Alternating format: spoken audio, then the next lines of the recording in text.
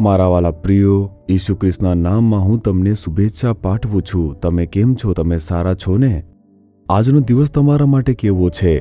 કોઈ પણ દિવસ તમે એક વાત તે કદી ભૂલશો નહીં કે ઈસુ તમારી સાથે છે. તે તમારી સાથે ચાલી રહ્યા છે. હું પણ તેમની સાથે ચાલું છું. ક્યારેક આપણે જાણ વગર આપણે તે ભૂલી જઈએ છીએ. દુનિયાના સંજોગો આપણને તે ભૂલાવી દે છે અને ત્યારે જ આપણને ભય, મૂંઝવણ, સમસ્યાઓ અને ઘણી બધી મુશ્કેલીઓ આવતી હોય છે. પરંતુ જો તમે ઈસુને તમારી સાથે રાખવા માટે અને ચાલવાનો અનુભવ રાખો, તમારા માર્ગમાં ગમે તે આવશે, તમને ભય કે હતાશા થશે નહીં. તમારા જીવનમાં કશી વેદના આવશે નહીં. કદાચ જ્યારે આપણે દુનિયામાં રહીએ છીએ ત્યારે આપણને ભય, મુશ્કેલી, વેદના હોઈ શકે છે. પરંતુ જેમ જેમ પ્રભુને તે જણાવશો ત્યારે પ્રભુ તે દરમિયાનગીરી કરશે. આ મારું બાળક છે, આ મારો પુત્ર છે, આ મારી પુત્રી છે. તેઓ મારામાં વિશ્વાસ કરે છે, મારો હાથ પકડીને ચાલી રહ્યા છે. હું તેમના માટે જવાબદાર છું. આવી રીતે પરમેશ્વર કહેશે. આજે પણ પરમેશ્વર તમારા માટે એક ખાસ વચન રાખે છે. તે કહે છે, ગીત શાસ્ત્રની અંદર તેની 25ની 17મી કલમ જુઓ. દાઉદ નામનો એક માણસ જે પરમેશ્વરનો ભક્ત છે, તે પ્રભુ સાથે ચાલે છે, પ્રભુના હૃદય પ્રમાણે જીવતો હતો. તે કહે છે, મારા મનનું દુઃખ વધી ગયું છે. તમે મને મારા સંકટમાંથી છોડાવો. હે પ્રભુ, મારા હૃદયના દુઃખો તે વધી ગયા છે. તે પરમેશ્વર સમક્ષ પોતાનું હૃદય ખોલીને ઠાલવી રહ્યો છે. દુઃખો, ચિંતા આપણને અસર કરે છે.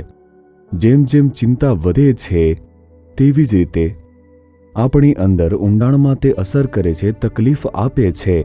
તે આપણા જીવનની અંદર પરેશાનીઓ લાવે છે અને આપણે ડરી જઈએ છીએ. અને પછી આપણે વિચારીશું કે શું થશે, શું નહીં, આપણે શું કરી શકીએ છીએ, એવી રીતે ચિંતા કરીશું. જ્યારે તે મુશ્કેલ વધે છે ત્યારે તકલીફ તે બની જતી હોય છે. તે આપણે ચિંતાનો પરાકાષ્ઠા હોય છે. દુઃખો છે. પછી શું કરીએ? એવી રીતે સ્તબ્ધ થઈ જશું. જ્યારે આપણે દુઃખી થઈએ છીએ ત્યારે આપણે પૃથ્વી પર શા માટે જીવવું જોઈએ? આવી રીતે વિચારવાનું શરૂ કરીશું. મારે આવું જીવન કેમ જીવવું જોઈએ? આમ વિચારીશું.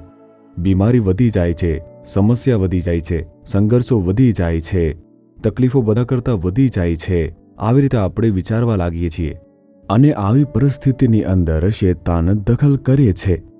જેમ આપણે ડરીશું, તકલીફ આવવાનું શરૂ કરીશું તો શેતાન આવશે અને તે આપણને ઉશ્કેરશે, કહેશે તમારે શા માટે જીવવું જોઈએ? તમારા જીવનનો અંત લાવો. શેતાન આપણને જોતું રહે છે અને આપણી અંદર આવા વિચારો મૂકે છે. બીજી બાજુ પ્રભુની નજર આપણા પર છે. તે કહે છે, મારી દીકરી મારી પાસે આવ, મારા દીકરા મારી પાસે આવ. દાઉદ કહે છે, પ્રભુ મારી મુશ્કેલીઓ ખૂબ જ વધી ગઈ છે અને હું તમારી પાસે આવ્યો છું. પ્રભુ ખરેખર તેને તે મુશ્કેલીમાંથી બચાવે છે અને તેના વૃદ્ધાવસ્થા સુધી તેને રાખે છે. બાઇબલ આમ કહે છે. તેથી તમારા માટે પણ આગળ દિવસો છે, આશીર્વાદી દિવસો છે. શેતાન તમને ડરાવી શકે છે કે બસ આટલું જ, તમારું જીવન પૂરું થઈ ગયું છે, બસ આટલું જ. પણ પ્રભુ કહે છે, હું તમારી સાથે છું.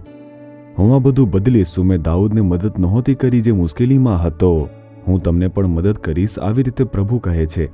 એમ કહીને પ્રભુ નજીક આવી રહ્યા છે. તમે ખુલ્લેઆમ કહો કે હે પ્રભુ, મારી મુશ્કેલી તે વધી ગઈ છે, મને ખબર નથી કે શું કરવું. ઈસુ મને મદદ કરો. આવી રીતે કહો. ક્ષણથી પરિવર્તન જોશો. તમારો હૃદય પર હાથ રાખો. કહો, મારા પુત્ર, મારી પુત્રી, તમે કહો, હે ઈસુ, હું મારી તકલીફ તમારી સમક્ષ મૂકું છું. તમે તે જાણો છો. કૃપા કરીને તેને બદલો. કૃપા કરીને મારા જીવનના દુઃખોને તમે દૂર કરો. આવી રીતે પ્રાર્થના કરો, પ્રાર્થના કરો. હે પિતા, આ દીકરો પ્રાર્થના કરે છે, દીકરી પ્રાર્થના કરે છે. તેઓ તકલીફમાં છે, તેઓ દુઃખમાં છે, તેઓ દુઃખી હૃદયથી રડે છે.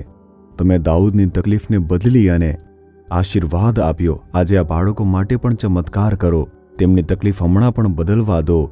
તેમને સારામાં બદલવા દો. એક ચમત્કાર કરો, આશીર્વાદ આપો. તમે ચમત્કાર કરો છો, સ્પર્શ કરો છો. ઈસુ ખ્રિસ્તના નામમાં પ્રાર્થના કરીએ છીએ પિતા. Amen, amen. Jesus Redeems Gujarati YouTube ચેનલને સબસ્ક્રાઇબ કરો. દરેક નવા કાર્યક્રમની માહિતી મેળવવા માટે બેલ આઇકન પર ક્લિક કરો.